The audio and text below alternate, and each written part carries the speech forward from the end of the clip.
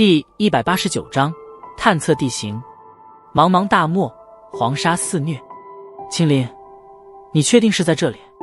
萧炎满脸愕然地望着面前的一片平坦沙漠，这里的地形极为的平凡，没有任何能够引起人注意的特点。类似这种平坦沙地，在茫茫沙漠之中几乎是数不胜数。萧炎很难想象，这丝毫不起眼的地方竟然有着一伙的踪迹。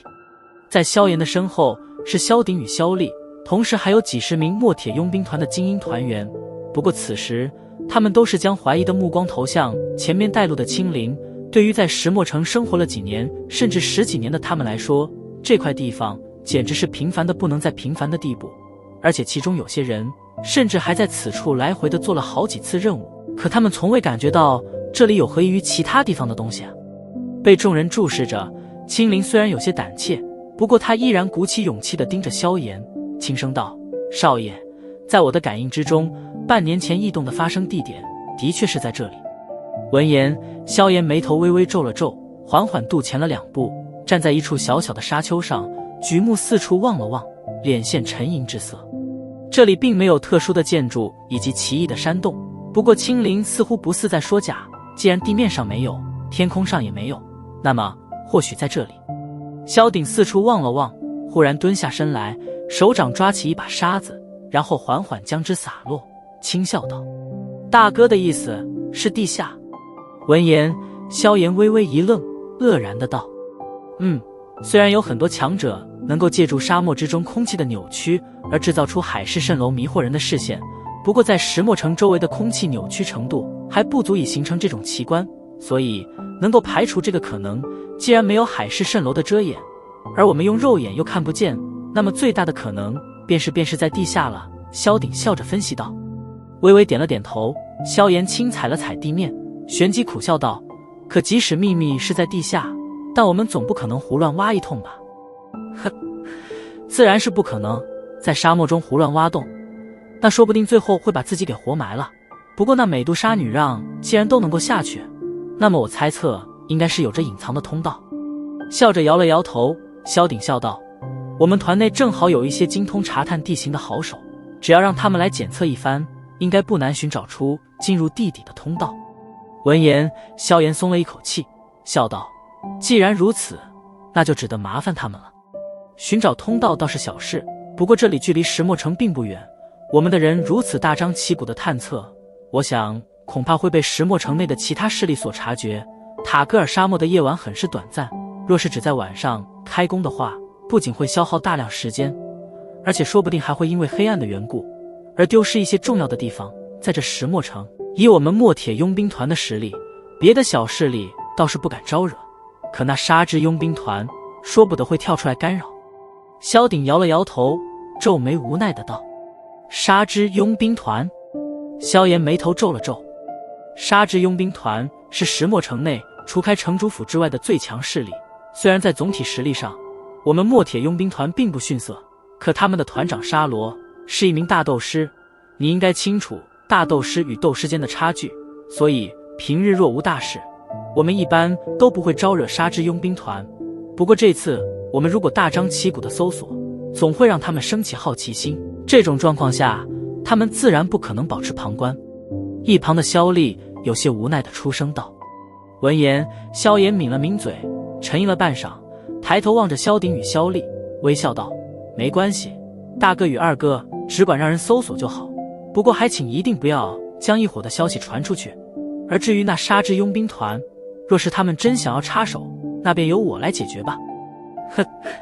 这里的人都是墨铁佣兵团的骨干，当初跟着我们一点点将势力打拼下来的兄弟，保密问题绝对没问题。萧丽笑着拍了拍胸口，不过旋即有些担心的道：你能解决沙之佣兵团的沙罗？你的实力？二哥放心吧，我会如此说，自然有着把握。你们只需要派人将通道寻找出来便可。萧炎神秘的笑道。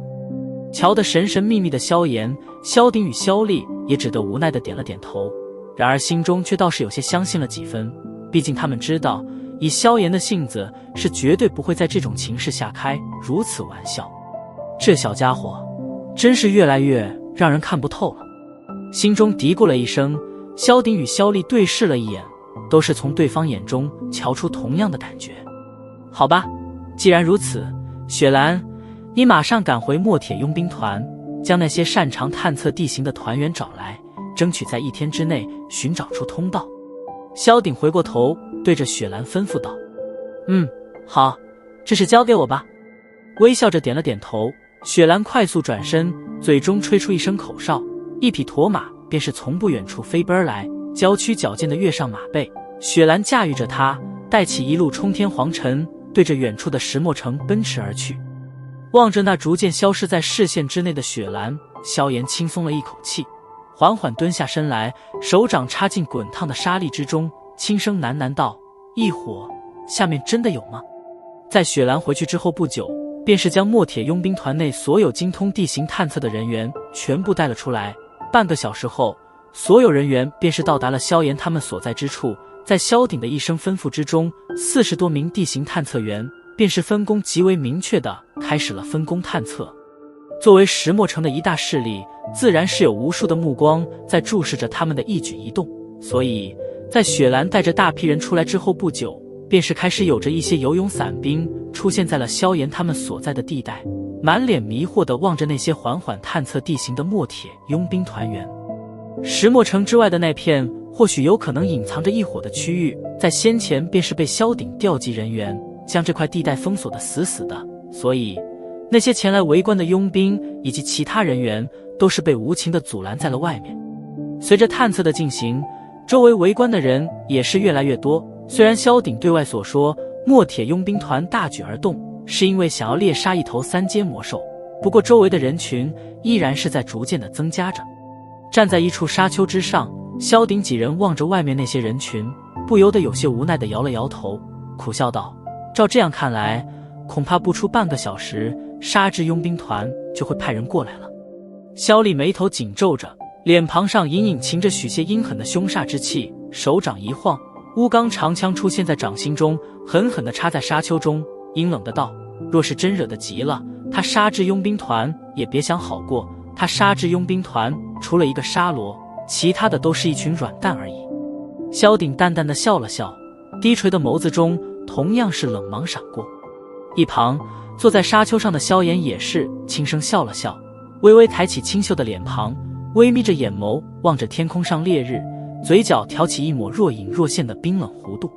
小心的目光从萧炎3兄弟身上扫过，青灵忽然发现这3人还真不愧是亲兄弟，不管性格如何不同，可骨子中却都是隐含着一股有些让人心寒的狠劲。这种人不招惹也就罢了，一旦惹上，那就会犹如沙漠之中的受伤的饿狼一般，至死都要死死地盯着你，等待着你放松的那一刹那。当年的萧炎能够为了纳兰嫣然的一番退婚之辱而放弃家族中的舒适生活，咬紧牙关在山林中与魔兽搏杀，在沙漠中忍受孤独与寂寞，苦修3年，他对自己上能够如此狠心，更遑论是对上敌人。当天空上的烈日逐渐西落之时，外围围观的人群忽然一阵骚乱，一队起码40人左右的佣兵队伍缓缓地分开人群，对着隔离地带大呲呲地走来。是沙之佣兵团的人，这次又好戏看了。嘿嘿，那沙罗终于是耐不住性子了。乔得走出来的佣兵队伍，周围围观人群中顿时响起了窃窃私语。还是高估了那家伙的耐性啊！望着走来的队伍，萧鼎摇了摇头，讥讽的道：去看看吧，在未探测清楚情况之下，沙罗那家伙现在还不会出面，现在带队的好像是沙之佣兵团内仅次于沙罗的人魔星吧。嘿嘿，手下败将还敢有脸来找我们的茬？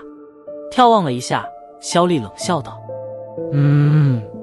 萧鼎微微点了点头，手掌一挥，周围顿时分出20几名墨铁团员，手中森冷的武器就这般掂在手中，走出隔离地带，淡淡地望着行过来的那支佣兵小队。2支队伍缓缓地相遇，彼此间的气氛略微有些紧绷。作为石墨城的2大势力，他们以前也是有些不少的冲突。停下脚步吧，墨铁佣兵团正在执行任务，还请不要干扰。抬了抬眼，萧鼎的声音犹如例行公事一般的古井无波。嘿，萧鼎团长，我可没听说过佣兵工会什么时候发布了这种任务哦？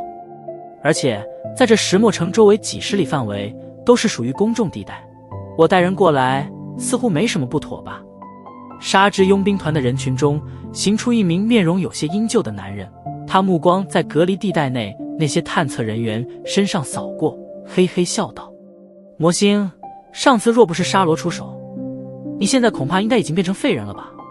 萧丽瞟了一眼这极为欠揍的男子，不怀好意地笑道，脸皮微微抽了抽。被称为魔星的男子目光有些惧怕与怨恨地扫了萧丽一眼，退后了一步，冷笑道：明人不说暗话，我们团长也对这块地方很有些兴趣，所以你可以滚了。平淡的声音忽然从一旁一直保持冷眼旁观的萧炎嘴中微笑着吐出。